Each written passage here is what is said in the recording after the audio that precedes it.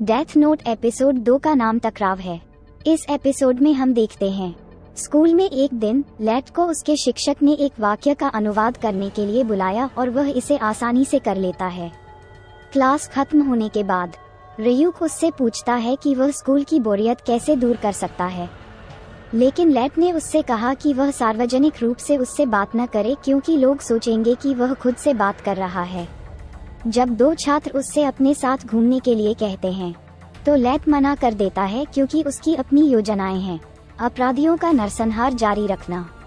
जब उसकी छोटी बहन सायू होमवर्क में मदद मांगने आती है तो रयूक लेट को चेतावनी देता है कि जो कोई भी डेथ नोट को छुएगा वह उसे भी देख सकेगा, जिससे लेट इतने महत्वपूर्ण तथ्य को अब तक छिपाए रखने से नाराज है। अंत में वह नोट को छिपाने के लिए अपने दराज में एक नकली तली बनाता है और अपने डेस्क दराज में एक ऐसा तंत्र बनाता है जो ज्वलनशील तरल पदार्थ को प्रज्वलित करेगा, नोट को नष्ट कर देगा और संभवतः जो भी इसे खोलेगा उसे मार देगा जब तक कि एक गुप्त लॉक का उपयोग नहीं किया जाता है। रयूक लेट की दूरदर्शिता और सरलता से प्रभावित है। इस बीच इंटरपोल ने दुनिया भर में अपराधियों की बेतहाशा हो रही मौतों के संबंध में एक बैठक बुलाई। आरोप और अटकलें उड़ रही हैं कि इतने कम समय में इतने सारे अपराधी अचानक कैसे मर सकते हैं, जबकि दिल के दौरे के अलावा मौत का कोई ज्ञात कारण नहीं है। बैठक में एक प्रतिनिधि ने एल से संपर्क करने का सुझाव दिया, एक विश्व प्रसिद्ध निजी जासूस जिसने उसे दिए गए हर मामले को सुलझाया है। इसमें संदेह है कि क्या एल मामला लेगा, क्योंकि उन्होंने केवल वही मामले लिए थे जिनमें उनकी रुचि थी। हालांकि वटारी नामक एल के एक प्रतिनिधि ने घोषणा की कि उन्होंने पहले ही अपनी जांच शुरू कर दी है। इसके बाद वटारी एल को इंटरपोल को संबोधित करने की अनुमति देने के लिए एक लैपटॉप तैयार करता है। उनका कहना है कि उन्हें अपनी जांच करने के लिए इंटरपोल के पूर्ण सहयोग की आवश्यकता होगी। हालांकि वे वर्तमान में जो जानते हैं वह ये है कि सामूहिक हत्याओं के लिए जिम्मेदार पार्टी या पार्टियां संभवतः जापान में स्थित हैं।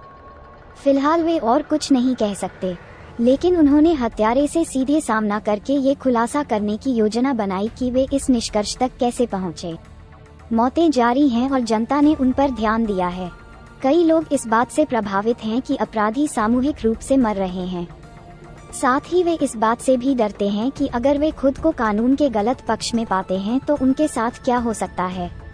मौतों के लिए जिम्मेदार व्यक्ति के बारे में अफवाहें फैल गईं।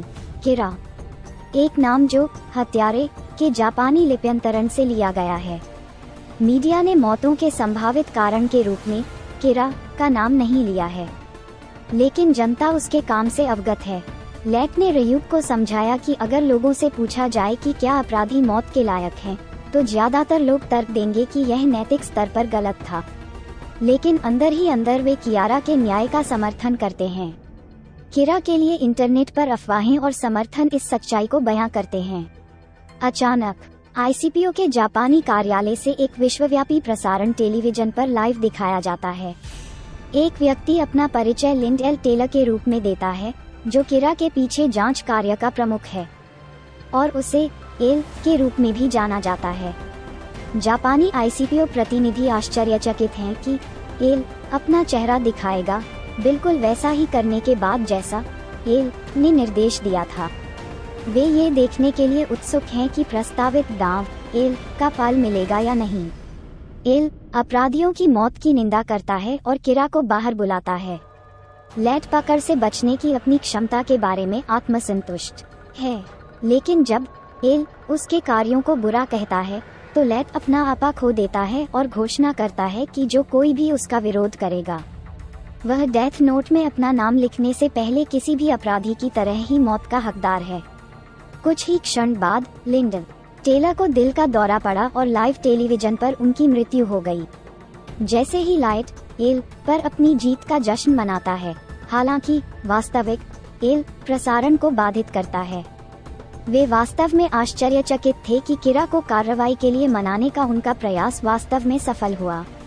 लिंडेल टेलर वास्तव में एक अपराधी था जिसे गुप्त रूप से गिरफ्तार किया गया था और वह मौत की सजा पर था, और उसकी मौत ने पुष्टि की कि किरा दूर से हत्या कर सकती है। जब लेट एल का चेहरा कभी नहीं देख पाने या उसका नाम नहीं जानने के कारण उसे मार नहीं पाता। तो एल को ये दिलचस्प लगता है। उन्होंने आगे घोषणा की कि यह अंतर्राष्ट्रीय प्रसारण वास्तव में जापान के कांटो क्षेत्र तक ही सीमित था।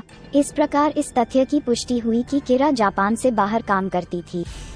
इस तथ्य से और भी पुष्टि हुई कि किरा का पहला शिकार एक जापानी अपराधी था जिसके अपराधों को कभी भी अंतर्राष्ट्रीय स्तर पर प्रसारित नहीं किया गया था। इन सुरागों के साथ एल को विश्वास है कि वह अंततः किरा को पकड़ लेगा। लेट क्रोधित है कि उसे इतनी आसानी से मात दी जा सकती है, लेकिन फिर भी वह एल की चुनौती स्वीकार करता है। ये बिल्ली और चूहे का खेल है जहां विजेता वह होता है जो दूसरे की पहचान बता सकता है और दूसरा मर जाएगा। रयूक इस टकराव की संभावना से उत्साहित है। यहीं पर हमारा एपिसोड समाप्त होता है। आगे क्या हुआ ये जानने के लिए हमारे चैनल से जुड़े रहें और अन्य एनीमे अपडेट के लिए हमारे चैनल को सब्सक्राइब करें। मिलते हैं अगले वीडियो में, तब तक सुरक्षित रहें, स्वस्थ रहें।